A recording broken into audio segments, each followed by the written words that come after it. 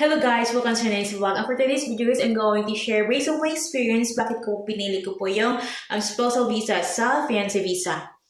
So ito po yung message ng friend ko, nag-ano siya ng advice po if ano po yung gawin. So una, pinili ko po yung spousal visa kasi po, para sa akin lang po kasi if doon sa interview, parang wala nang kuskus balungos doon kasi mag-aas na po sila kumusta yung ang relationship, gaano kayo katagal ng asawa ninyo, saan kayo kinasal, mga ganun lang. Tapos parang para sa akin parang easy lang, tapos hindi naman gaano kaano yung mga requirements. Tapos ikalawa, if pagdating mo dito sa US, maghintay ka na lang ng green card at saka yung SSN, tapos maka-work ka na.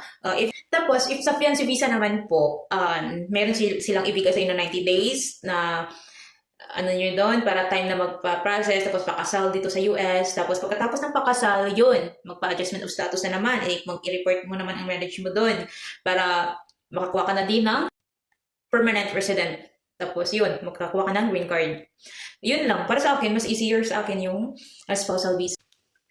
Thanks for supporting my vlog. And po, sino po sa inyo yung gusto nyo mag-affirm din dyan? At tapos, gusto nyo po mag-ask po regarding po sa mga practices.